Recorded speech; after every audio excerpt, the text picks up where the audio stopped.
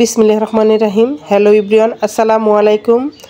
আসছে রমজান মাসে আমরা যে সব কাজগুলো করে থাকি সেই কাজগুলো যদি আমরা আগে একটু নিয়ে করে থাকি তাহলে কিন্তু আমরা রমজান মাসে আমাদের যে পবিত্র মাস সেই মাসে আমরা ইবাদত সুন্দরভাবে করতে পারবো এবং আমাদের যে কাজগুলো যদি এগিয়ে রাখা যায় তাহলে পরিষ্কার পরিচ্ছন্ন এই প্লেটগুলো দিয়ে আমরা যে কোনো কাজগুলো করতে পারবো। সেজন্য কিন্তু আমি আপনাদের সাথে আজকে রান্নাবান্না অন্য কোনো কিছু শেয়ার করবো না। আজকে আমি শেয়ার করবো রমজান মাসে আগে আমি কিভাবে ঈদের প্রস্তুতি এবং রোজার প্রস্তুতি নিচ্ছি সেটা আপনাদের সাথে শেয়ার করব।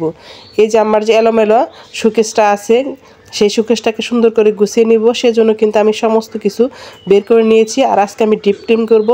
আসলে দেখা যায় যে রোজার মাঝামাঝি সময়ে বা শেষের দিকে আমরা আমাদের ঈদের প্রস্তুতি নিয়ে থাকি। সেই প্রস্তুতিগুলো যদি আমরা রোজার আগে নিয়ে থাকি তাহলে কিন্তু আমাদের অনেকটা কষ্ট লাঘব হবে। আর দেখেন এই যে আমার একটা অনেক আগের পুরনো টেলিভিশন আছে, সেটাও কিন্তু এখনও স্মৃতি হিসেবে রেখে দিয়েছি। আসলে এটা এখন ব্যবহার করা হয় না, ল্যাপটপ দেখা হয়, মোবাইলে কিন্তু চলে যায়। আর কথা বলতে বলতে আমি কিন্তু সবগুলো কিন্তু সুন্দর করে বের করে নিয়েছি। আমরা যদি একে একে সব কাজগুলো করে থাকি তাহলে কিন্তু আমাদের রোজার মাসে যে আমাদের কাজগুলো করতে হয় ঈদের জন্য সেই কাজগুলো আর করতে হবে না। সুন্দর করে গুছিয়ে রেখে দিলে তখন রোজার মধ্যে আমাদের এই সুন্দর পরিষ্কার পরিচ্ছন্ন প্লেট দিয়েও কিন্তু খাবারগুলো পরিবেশন করতে খুব ভালো লাগবে। সবাই আসলে সুন্দর করে পরিপাটি করে রাখে, তারপরে কিন্তু যতই করা হোক রোজার মধ্যে ঈদের আগে আলাদা একটা প্রস্তুতি থাকে, সেই প্রস্তুতিগুলো যদি আগে নেওয়া হয় তাহলে কিন্তু অনেক সুন্দর হবে। আর এটা আমি শোকেসটা একদম ডিপ ক্লিন করার জন্য সামনের দিকে টেনে নিয়েছি আর পেছনটা সুন্দর ঝেড়ে পুষে পরিষ্কার করে কতগুলো ময়লা বের করেছি। আসলে গ্রামের বাড়িতে এখন আমরা ওয়াল শোকেস করা হয়নি, আমাদের যে বিল্ডিং করা হচ্ছে সেখানে ম্যাচিং করে আমি ওয়াল শোকেস করবো, সেজন্য এখন আর করছি না, এটা দিয়েই আমাদের চলে যাচ্ছে। তার এইগুলো প্লেটগুলো দেখেন আমি সুন্দর করে ঘষে মেজে পরিষ্কার করে একদম ডিপ ক্লিন করে নেওয়ার জন্য সুন্দর করে ঘষে মেজে নিচ্ছি। আর এগুলো কিন্তু একদম রোদে শুকিয়ে একদম সুন্দর মসমসে করে কিন্তু রেখে দিব। আমি প্রত্যেক বছরই এরকম করে প্রত্যেক সময় তো পরিষ্কার করি, তারপরে প্রত্যেক বছর এভাবেই একবার অথবা দুবার করে ডিপ ক্লিন করে নিই। আর রোজার আগে এটা কাজটা আমি করি, কারণ রোজার আগে না করলে পারা কিন্তু আসলে রোজার সময় করাটা খুবই কষ্টের ব্যাপার হয়ে যায়। আমি আমার ব্লগে দেখতে পাবেন সব কিছু এরকম একদিন করে সব কিছুই করে নিব। একদিন র্যাক পরিষ্কার করব, একদিন আলমারি পরিষ্কার করব, একদিন শোকেস পরিষ্কার করব। এভাবেই আমি কিন্তু একের পর এক কাজগুলো করে নিয়ে দেব। আর দেখেন কথা বলতে বলতে কিন্তু আমি সবগুলো প্লেট ধুয়ে নিচ্ছি আর এগুলো সব কিন্তু রোদে শুকা দিয়ে নিচ্ছি। এভাবে শুকা দিয়ে নিলে কিন্তু মাঝে মাঝে যে প্লেটের যে ময়লাগুলো থাকে সেগুলো কিন্তু একদম ডিপ ক্লিন হয়ে যায়, সুন্দর হয়ে যায়, আর ব্যবহার করতেও কিন্তু বেশ ভালো লাগে। আর আমি এক সেট করে ধুয়ে নিয়ে আসছি আর শুকা দিচ্ছি, আর এগুলো উল্টা পাল্টিয়ে আবার কিন্তু আরেক সেট ধুয়ে দিচ্ছি। অনেকগুলো প্লেট এরকম দেখা গেলে কি হবে যে অনেক কম দেখা যায়, কিন্তু আসলে বের করলে অনেকগুলো প্লেট হয়ে যায়। আর এই প্লেটের অধিকাংশ প্লেটই কিন্তু আমি, আমার ছেলে মেয়ে এবং আমি এবং আমার হাজব্যান্ড সবাই কিন্তু খেলার অংশগ্রহণ করে, প্রতিযোগিতায় অংশগ্রহণ করে গিফট হিসেবে অনেক কিছু পেয়েছি। অনেক সময় দেখা যায় যে পিকনিকে গেলেও এরকম অনেকগুলা গিফট পাওয়া হয়েছে, গিফটের জিনিসই বেশি। আসলেও এগুলো আসলে স্মৃতিময় জিনিস, সেগুলা কিন্তু আসলেও সবার জীবনেই স্মৃতি হয়ে থাকে। আর নিজের একটা প্রাপ্তি কিন্তু সবারই কিন্তু ভালো লাগে। তো ভাইয়াপুরা যারা যারা এ পর্যন্ত আমার ভিডিওতে আছেন প্লিজ একটা লাইক দেন নাই, হয়তো ভুলে গেছেন, প্লিজ একটা লাইক দিয়ে দিবেন। আর যারা নতুন আমার চ্যানেলে ভিজিট করছেন অনুরোধ রইল আপনারা আমার চ্যানেলটাকে সাবস্ক্রাইব করে বন্ধু হয়ে পাশে থাকবেন। আর প্রতিদিনই এরকম কিছু না কিছু একটা কাজ আপনাদের সাথে শেয়ার করব। আসলে সবসময় ব্লগ ভিডিও বেশি শেয়ার করা হয়ে থাকে, রান্নাবান্না শেয়ার করা হয়ে থাকে। রান্নাবান্নার পাশাপাশি অনেক কাজ কিন্তু আমাদের থেকে যায়, সেই কাজগুলো আপনাদের সাথে শেয়ার করব।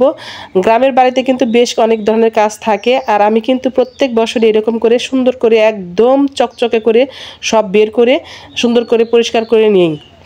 তো আসলে এখানে আপনারা ভাববেন যে আমার কাছে শেখার কিছু নেই, আসলে এটা লাইফস্টাইল ব্লগ ভিডিও, সেজন্য কিন্তু আপনাদের সাথে শেয়ার করা হয়। আর দেখেন সবগুলো প্লেট আমি রোদ্রের মধ্যে উল্টে পাল্টিয়ে এপাশ ওপাশ করে সুন্দর করে মচমচে করে শুকিয়ে নিচ্ছি। শুকিয়ে নেওয়ার পরে আর প্লেটগুলো আবার এই দেখেন, এটা কিন্তু আমার ছেলের ফার্স্ট প্রাইজ, এটা আমার মেয়ের ফার্স্ট প্রাইজ, এটাও আমার মেয়ে পেয়েছে। আসলে অনেকগুলো ওদের স্মৃতিময় অনেক প্লেট এখানে আছে, সবগুলো আসলে খুব ভালো লাগে স্মৃতি বহন করে নিতে। আর এগুলো কিন্তু আমাদের অনেক কাজেই লাগে। আর প্লেটগুলো সুন্দর সুন্দর করে আমি গুছিয়ে নিচ্ছি। আর সব কিছু গুছিয়ে নেওয়ার পরে আমি এই সব কিছু কিন্তু আলমারিতে সুন্দর করে সেট করে দিব। তো ভাইয়াপুরা আসলে আমার কাজ কেমন লাগছে সেটা বলতে পারবো না। তো আপনারা সুন্দর মানে আমার কথা যদি একটু খারাপ লাগে ক্ষমা সুন্দর দৃষ্টিতে দেখবেন। আর আমার ভিডিওটা কেমন হলো অবশ্যই কমেন্টের মাধ্যমে জানাবেন। আর একের পর এক আমি সুন্দর সুন্দর সুন্দর করে গুছিয়ে নিচ্ছি। গ্রামের বাড়িতে কিন্তু এই ধরনের শোকেসই এখনও প্রচলন আছে। আমিও ওয়াল শোকেস বানাবো বললাম যে আসলে আমার যে বিল্ডিংয়ের কাজ করা হচ্ছে এই সেটটা কিন্তু আমার কাছে খুবই সুন্দর লাগে, খুবই ভালো লাগে। এই সেটটা আমার খুব পছন্দের, এটা একটা সেট। এভাবে কিন্তু আমি গুছিয়ে নিচ্ছি। আর এদিকে দেখেন আমার একটা পেশেন্ট আসছে, কাজের ফাঁকে আমি গোসল করে নিয়েছি, খাবার খেয়ে নিয়েছি। তারপর পেশেন্টটা আসছে প্রায় বিকেলের দিকে, তাকে আমি আবার ঘ্যাস দিচ্ছি।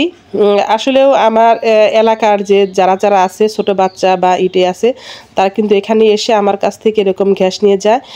ঘ্যাস দিলে বাচ্চাদের সুস্থতা হয়ে যায়। আসলেও তাদের যেতে একটু শহর অঞ্চলে যেতে কিন্তু তাদের একটু অসুবিধাই হয়, সেই জন্য কিন্তু এখান থেকে নিয়ে তারা ব্যবহার করে। ইচ্ছা থাকলে সব কিছুই করা যায়। আমি রান্নাবান্নার পাশাপাশি কিন্তু এভাবে মানুষের উপকারে করি, আমারও কিছু আসে। সেজন্য কিন্তু আপনারাও কিন্তু এরকম অনেকে অনেক কিছুই করতে পারেন, বাড়িতে বসে কিন্তু অনেক কিছু করা যায়। তো ঈদের প্রস্তুতির জন্য এবং রমজানের প্রস্তুতির জন্য আরও নতুন নতুন ভিডিও নিয়ে আপনাদের সাথে হাজির হব। আপনারা সবাই আমার পাশে থাকবেন এই কামনা করি। তো 2 ধরনের গ্যাসের এই ওষুধটা দিয়ে দিচ্ছি, আর সাথে স্যালাইন দিতে হয়। আর ছোট্ট বাবুটা যে আসছে, আসলেও মানুষের মনে যখন দেখবেন যে কারো দুঃখ যদি আপনি শুনেন তাহলে আপনার মনটাও অনেক কষ্টে ভরে যাবে।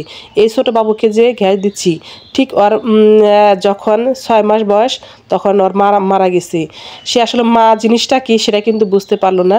পৃথিবীতে মায়ের চেয়ে আপন আর কেউ নেই, পৃথিবীতে একমাত্র মাই যে আপন, সেটা আসলে এই ছোট্ট বাবু উপলব্ধি করতে পারেনি। আসলেও কারো যদি কষ্ট দেখেন তাহলে নিজেও কষ্টটা বুঝতে পারবেন।